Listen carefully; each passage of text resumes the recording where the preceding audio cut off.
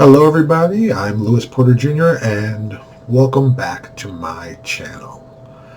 So today we're going to talk about something that kind of upset me lately and something that I thought would be helpful to the comic book writing community in general and specifically. The last couple weeks I've been buying comic books again. I've been trying to buy some new books and get a little more excited about the industry in general and some awesome things that are going on. And to give you an example, the last 2 weeks I bought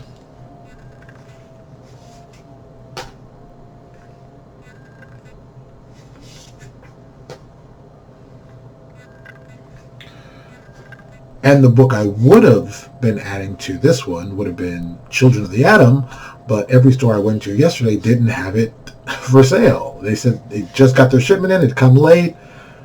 So I missed out on that one. But I have a feeling from the reviews I've read online, I'm still going to have the same feeling I'm going to have and energy with this lovely, lovely, lovely video that we're doing. And it's kind of a rant, but not really, but it's definitely a moment of let's get back to what we're supposed to be doing. Out of 3 books I showed you, I'll start with Strange Academy. Strange Academy I picked up from issue 1. I thought it was interesting. I liked it. I was seeing a lot of potential, and I was like, hey, let's see where this might be going. It might be something really good. But on issue 9, I've not been really impressed of what I've read. The stories seem kind of flat to me. It's not been super strong, so I should be a super fan by now. I like the idea, but I'm not going to lie to you. This one was interesting, but at a cost of $4 a book, I'm 9 books in. I spent $30 some odd, which is larger than trade paperback and more expensive, and I'm kind of only okay on it. Doesn't really give me the excitement I need. Now, do I blame myself? Do I blame the writer? Do I blame maybe I'm getting too old for this kind of stuff? And I'm like, I don't think it's that. I don't think it's that. I think there's a problem with the writing. And I don't think it's just, Marvel, but this book. I think it's a lot of new books are having the same kind of problem. So, I read Suicide Squad. Good idea. I've always loved Suicide Squad since, I say the original incarnation, I mean the 80s incarnation. I think that book was very much ahead of its time. First 2 issues of that book are still some of my favorite 2 issues. It started out right. It showed you exactly what's going on. It showed you why you should care about certain characters, how they develop quickly. And, in 2 issues, they got me to care about the characters. And, I read the book. It was okay. I don't know actually who wrote this. Let me actually see. Let me get the actual author's name, because I think it's important to call out people, good and bad, when they do stuff. Robbie Thompson. I'm not familiar with Robbie Thompson. It reads very much like what I expected. It was okay. And I thought about that. And I was like, that's not a good expectation. I shouldn't be, it's okay. That's good enough. It's okay. No, that's kind of not where I should be. I mean, at the price I'm paying for the entertainment, there's other things I could be doing with my money. And that's how I got out of comics. Because I was like, it just gets kind of crazy. But then, like I said, I'm going to delve back in. Let me see what I can get. And the books I get were kind of like, okay. Third one of that, Crime Syndicate. I like the Crime Syndicate. I've always liked Earth 3 from DC. I think it was a brilliant idea when they did it. I loved it. And I thought this actually was pretty good. This was better. This is better. But once again, it's also a limited series. So they're telling an encapsulated story. They got a beginning, middle, and end. They got to push the story out. Boom. So maybe that's why that was a little bit better. But still, it wasn't. It was good. It was good. It was good. It's like, oh, okay, good. And that's all I felt about it. It was good. And, I think the cost on this one also another, this goes back to my same cover, $3.99. I think this was a bigger book. I think this was a 40-page book compared to Marvel's, I might even say 32 pages. It feels light. I mean, it sounds silly to say that. I mean, I've been dealing with comic books most of my life. I know what a light comic book feels like, and this one feels light. This was like 28 pages. At least with Crime Syndicate, it felt like a thick book. It felt thicker. Plus, they're also using the Cold Slick Paper. That's another issue, but I'll talk about that in another video. And the art was good, the story was interesting, I liked where this went, but still, like I said, it wasn't great. And then I kept thinking back, like, what's the last great first issue, second issue book I've ever read that really like grabbed you by the throat? And I mean, and you know, the one that always comes to mind that I say is if you're interested in doing an awesome new book with a group and you want to grab people by the throat for the first time, yeah, Thunderbolts. Now this is the trade, which is one of my favorite trades. This is how you do it. You know, look, I understand. People are going to be like, but Lewis, come on, look at this book. Who are the two guys who wrote this book? Oh, Kurt Busiek and Peter David. Geez, I wonder if they're good writers.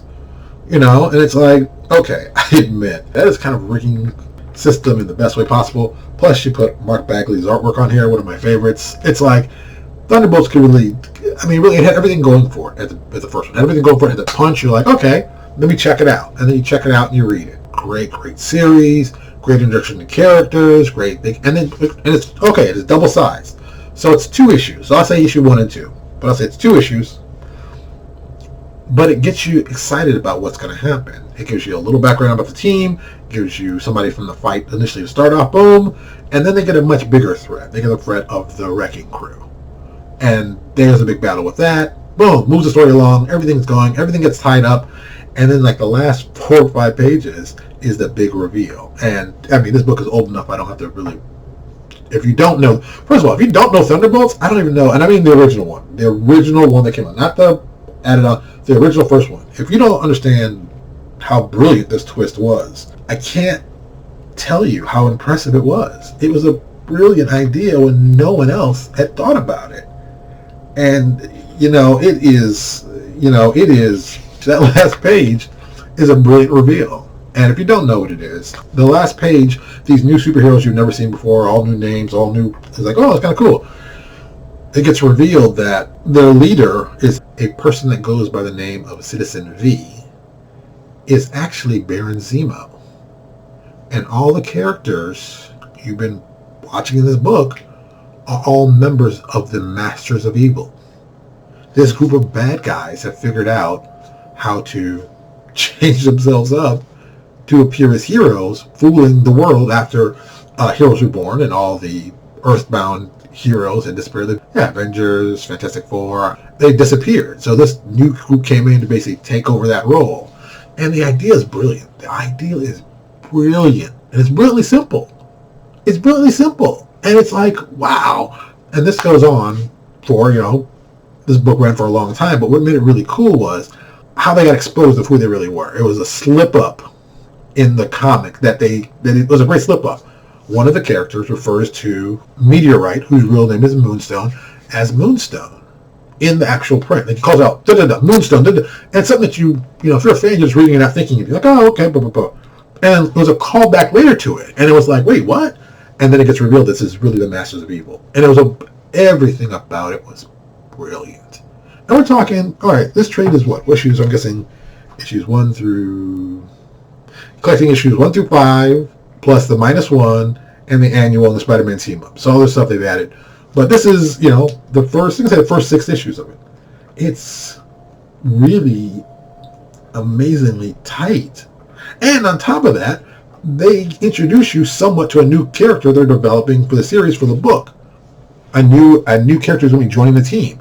And it's kind of like, it's brilliant. It really is brilliant. And I'm really kind of upset how bad these books are in direct comparison. Now, I know a lot of you are like, oh, that's all about taste. And all. Yeah, it's true. It's all about taste. It is. But knowing kind of how to pace a story, knowing how to get that information out to you quickly, knowing how I can tie myself into the characters so I find them interesting, that's skillful writing. That's very skillful writing. And if you don't know how to do that right, or you're not really great, or even worse, the company you work for doesn't give it to you in the way that I personally think as it should be, there's something fundamentally wrong.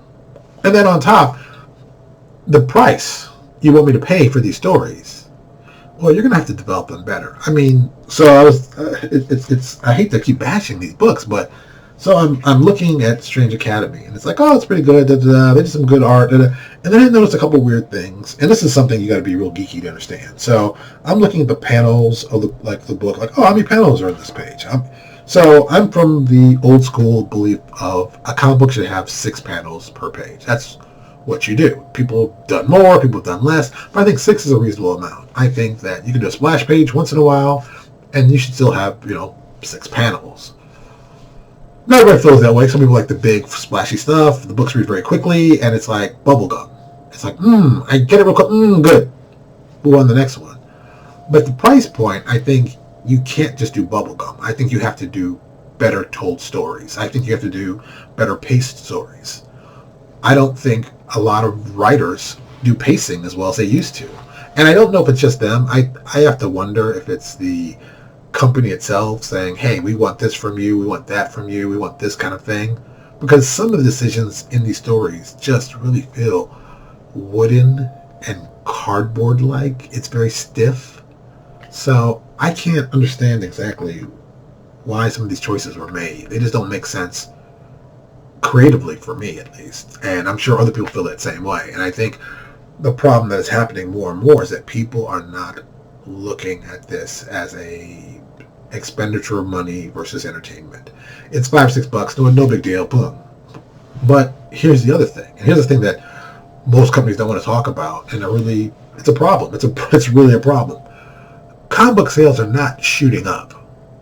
Comic book sales are kind of teetering at a very bad point. So much so, you have to wonder, are comic books, as the form they are right now, going to last? And more importantly, should they? Getting a monthly comic book isn't something that really excites me anymore like it used to. It's like I'd rather just get the trades, get all the story together. For example, House of X, Power of X. I bought that as a big trade. I heard it was coming out, it got me interested, but I'm like, I don't want to buy each individual piece. I don't want to wait. Let me just get the trade, and boom. And it was great as a trade. It worked really well as a trade. If I had to read that weekly, I would have been going crazy. And this is a combination of the binge-ification of entertainment, but that's a story that you needed to read in whole like that. And I'm sure it reads very differently than when you read it week by week by week and ask questions and get that, the full binge effect was very, very, I think, needed on that. I think that's just a Hickman writing ability. Another great writer who understands how to tell a story very succinctly and set up things that get you interested for later. I can't say enough great things about his skill and ability in writing like that. Here's something I have just right next to me. CrossGen did this years ago. I bought 2 copies of it. They called it their Traveler's Edition. Little mini trade paperback. This is the first 8 issues of Scion. Oh, sorry, 8. This is 8 through 14. The second one. Ron Mars wrote this. The pacing is amazing. The art is great. The story is really how you tell good stories.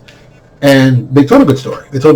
It was, even the trade, I enjoyed it even more. I liked it even more because it was a fantasy book. And I like fantasy, but I'm a comic book guy. I'm a superhero type. So I did fantasy. I'm like, oh, let me check it out. And I was like, wow, this is really well done.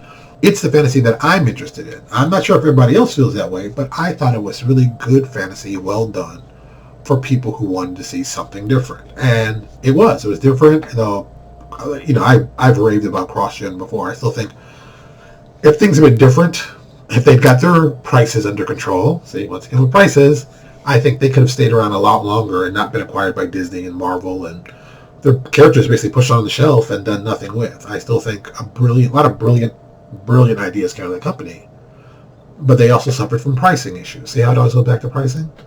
So the reason I'm writing this little video is just I believe we have to learn as a community to get better at storytelling. And I'm not just saying that as a fan of reading comics. I'm also saying that as someone who publishes games for tabletop role-playing. And I know the stories I need to tell need to be able to engage people, quickly and effectively and emotionally tie them into the characters they're seeing.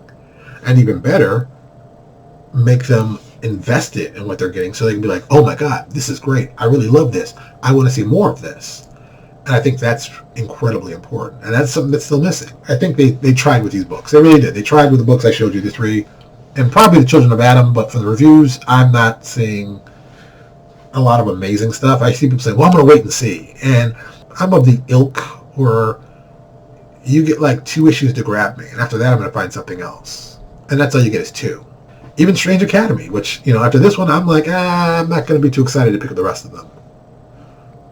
I gave it far too long, and I think it went far too slow and didn't go far enough. So that alone puts me in a situation where it's on the chopping block, which probably means I'm not going to pick up anymore. If I'm lucky, I'll see if there's an omnibus eventually available, because I think that's a great way to grab it. But as a monthly book, it didn't grab me. It didn't inspire me. And that's really what the focus should be.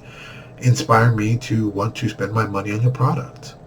And don't get me wrong, there's been lots of great marketing on it, but I'm not inspired yet. This is something else I picked up. The upcoming Heroes Reborn. I'm not going to lie.